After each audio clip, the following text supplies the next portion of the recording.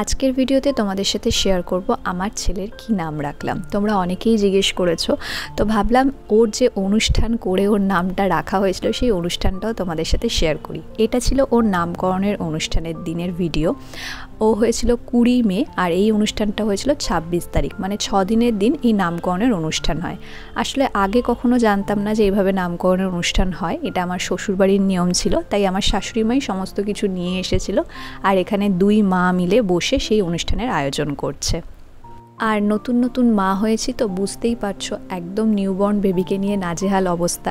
কখন যে দিন হচ্ছে কখন রাত হচ্ছে সেদিকে আমার খেয়ালই নেই, মানে ঘড়িটা দেখার সময় পর্যন্ত পাই না। ফোন নিয়ে যে ঘাঁটবো সেই সময়টাও হাতে নেই।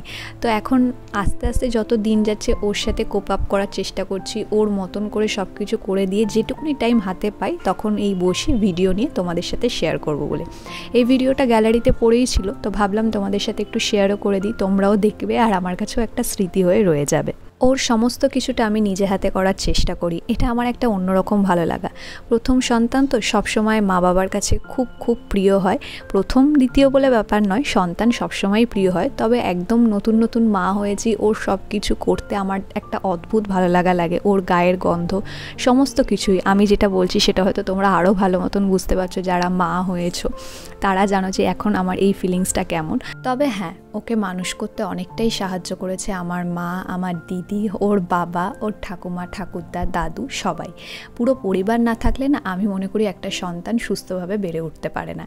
আর তোমরা জিজ্ঞেস করছিলে যে আমার দিদির কি হয়েছে, আমার দিদিরও ছেলেই হয়েছে।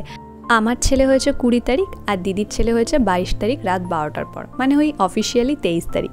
তাই দুই ভাইয়ের মধ্যে ডিফারেন্স মাত্র 3 দিনের। আর দুজনে কিন্তু একসাথেই থাকছে এখন, একসাথে দুজনের বেড়ে ওঠাটা কিন্তু দারুণ মেমোরেবল আমাদের দুজনের কাছেই। প্রথম মাসটা যে এত সুন্দরভাবে কাটবে ভাবতেই পারিনি। দুজনে একসাথে ঘুমায়, আবার উঠেও পড়ে একই সাথে, কখনো আগে পরে হয়ে যায়। তবে সব কিছু মিলিয়ে দিদি আর আমি কিন্তু একটা দারুণ সময় কাটাচ্ছি। যদিও আমি 1 মাস পর চলে যাব, একটু মন খারাপ, মানে আমার চলে যাওয়ার দিন এসেই গেল বলতে গেলে। এই যে নামকরণটা হয়ে গেল, এরপর ওর ষষ্ঠী পুজো আছে, ষষ্ঠী পুজো হয়ে গেলে তারপর আর 1 সপ্তাহ থেকেই আমি ওই বাড়ি চলে যাব। আর দিদি এখন বেশ কিছুদিন এখানেই থাকবে। আমি ওই বাড়িতে গিয়ে এই সময়টাকে ভীষণভাবে মিস করব। দুটো বাচ্চা যখন একসাথে খেতো, ঘুমাতো, তারপর দিদির আর আমার গল্পটা, এই সময়টা কিন্তু আমরা দারুণভাবে এনজয় করেছি।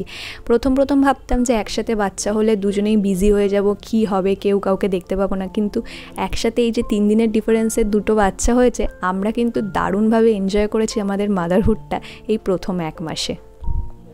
আচ্ছা চলো এবারে আসি নামকরণের ব্যাপারে।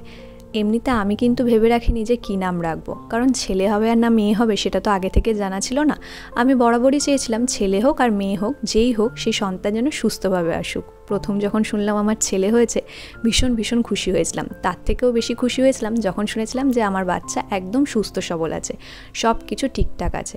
আসলে এখন চারিদিকে যা কিছু হয় অনেক কিছু নিয়ে চিন্তা থাকে, এই জন্ডিস বলো বা ছোট বাচ্চার নানান ধরনের রোগ বলো, বা ওর ওয়েটটা নিয়েও আমার খুব চিন্তা ছিল যে ওয়েট কত হবে, ঠিকঠাক হবে কিনা। ভগবানের দয়ায় ওর সব কিছু একদম পারফেক্ট ছিল।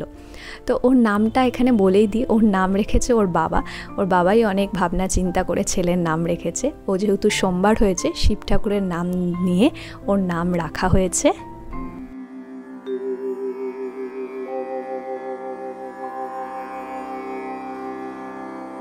রুদ্রাংশ, মানে শিবের অংশ। শিব ঠাকুরের নাম থেকেই ওর নাম রাখা হয়েছে। নামটা যখন প্রথমবার ওর বাবা বলল আমার কিন্তু দারুণ পছন্দ হয়েছিল। আর এছাড়াও কিন্তু ওর অনেক নাম রয়েছে, যেমন আমি ভালোবেসে ওকে ডাকি সোনা পাপা বলে, বা পাপা বলতে পারো। ওর ঠাকুমা ডাকে পুচু বলে, আমার মা বলাই বলে। আর এছাড়া তো দাদু, ঠাকুরদা, দাদা, ভাই, এরকম অনেক ধরনের ওর নাম রয়েছে। এছাড়াও আমার পাশের বাড়ি কাকিমা রাজ বলে ডাকে, ওর মনি ওকে ডাকে সন্টু বলে, আর কাকিমা বলে ভোলে বাবা। অনেক কটাই নাম হয়ে গেছে কিন্তু।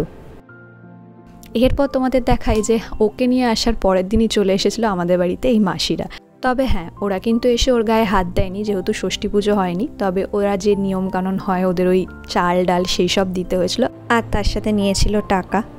আর ওরা বলে গেছে ওরা পরে এসে ওকে আশীর্বাদ করে দিয়ে যাবে। আর শুধু এই বাড়িতে নয়, আমার ওই বাড়ি থেকেও টাকা নিয়ে গেছে। এটা নিয়ে আর আমরা বেশি তর্কাতর্কিতে যাইনি, কারণ তোমরা তো জানোই যে এখন সব জায়গাতেই এই জিনিসটা হচ্ছে। শুধু এটুকুনি চাই ওরা একটু আশীর্বাদ করে দিক, আমার সন্তান যেন সুস্থ সবলভাবে থাকে, ভালোভাবে থাকে। আর তোমরাও কিন্তু সবাই খুব ভালো থেকো আর সুস্থ থেকো।